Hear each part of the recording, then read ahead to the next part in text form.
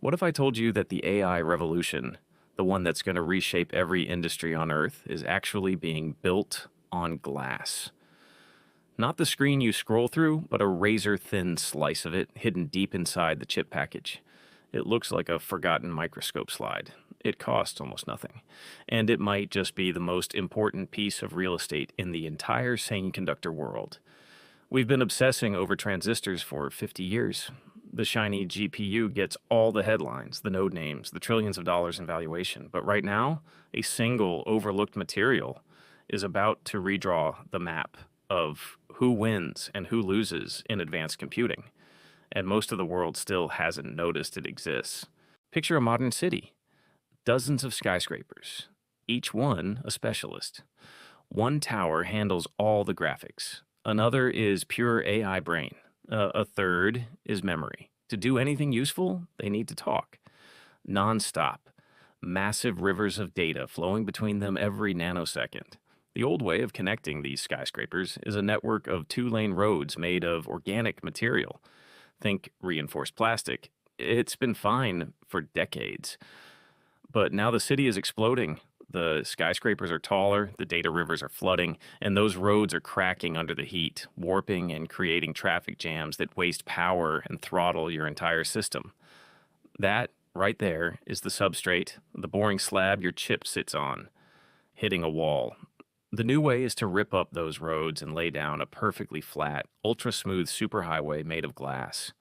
No warpage, no electrical loss, every lane perfectly aligned so data can flow 10 times denser.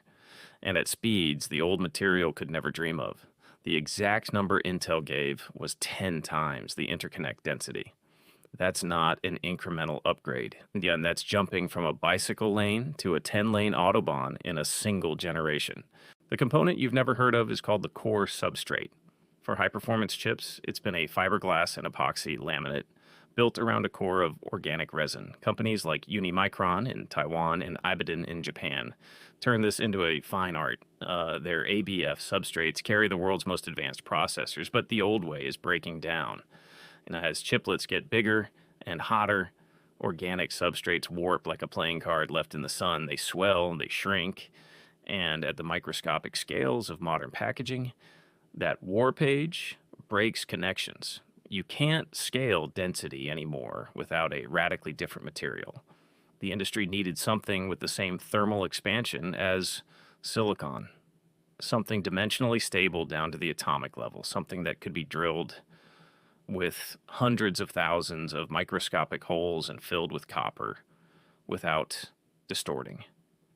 Glass, a material we've been melting for thousands of years, suddenly it's the only thing that can save Moore's law. Making a glass core substrate isn't like making a window.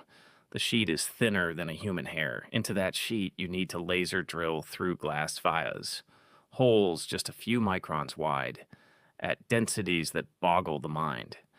Then you have to metallize them perfectly, bond layers without introducing a single defect, and do it all in a high-volume factory with yields that make the economics work.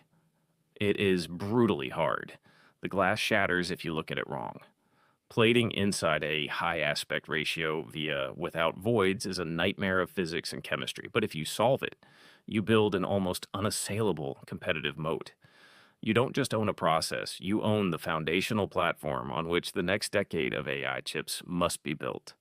And here's where the global chess game gets wild. Intel, USA, the loudest first mover. In 2023, they unveiled their glass core substrate roadmap and announced a $1 billion facility in Arizona dedicated to advanced packaging. Mass production targeted for the late 2020s. For Intel, this is existential. They're not just catching up in transistors, they're trying to change the playing field entirely, shifting the bottleneck from the node to the package, where their IDM heritage gives them a head start. Samsung Electromechanics, South Korea. Quietly aggressive. They set up a pilot line in Sejong, with mass production targeted by 2026 to 2027. Samsung sees glass as a way to tighten their integrated supply chain, phone, memory, logic, and now substrate, and challenge TSMC's packaging dominance. The glass suppliers, Corning, USA, and AGC, Japan, are racing to produce the specialty ultra-thin, ultra-flat glass wafers that meet semiconductor cleanliness standards. These aren't display glass sheets. They're engineered down to the parts per billion impurity level. Corning's decades of fusion glass expertise suddenly become geopolitical leverage, the rest of the world's blind spot, while TSMC and the broader Asian OSAT ecosystem poured billions into silicon interposers and refined organic ABF substrates. They underestimated the speed at which the material itself would become the limitation. The dominant substrate makers, Unimicron, Ibiden, Nanya, are masters of the old road. Intel saw a chance to leapfrog not just their foundry rivals, but the entire packaging supply chain by betting on a material shift that renders decades of organic substrate optimization irrelevant. It's not that the world was sleeping, it's that they were fighting the last war. This is how technological dominance locks in. Being first with a viable glass substrate doesn't just mean you win around, it starts a compounding flywheel. First mover to design wins. Hyperscalers like Google, Amazon, Microsoft, and GPU designers like NVIDIA need the highest interconnect density for their next-gen AI chips. They design their architectures around the substrate that works today. Design wins leads to experience. As you ramp production with real high-volume products, you climb the yield curve faster than anyone else. You discover the secrets of via formation, of stress management, of plating chemistry that no lab can simulate. Experience leads to lower costs. Higher yields and dedicated high-volume lines drive unit costs down, making it uneconomical for a late entrant to compete on price, even if they crack the technical challenge. Lower costs leads to more market share. The next generation of chips is locked into your substrate ecosystem because retooling is too risky, too slow, and too expensive. The moat deepens. This dynamic means the glass substrate crown, once seized, will not be given back easily. The clock is already ticking. There's a deeper lesson here, one that replays across every technological leap. We fetishize the active component, the transistor, the algorithm, the shiny gadget, but the history of technology is often written in the passive materials nobody writes poems about.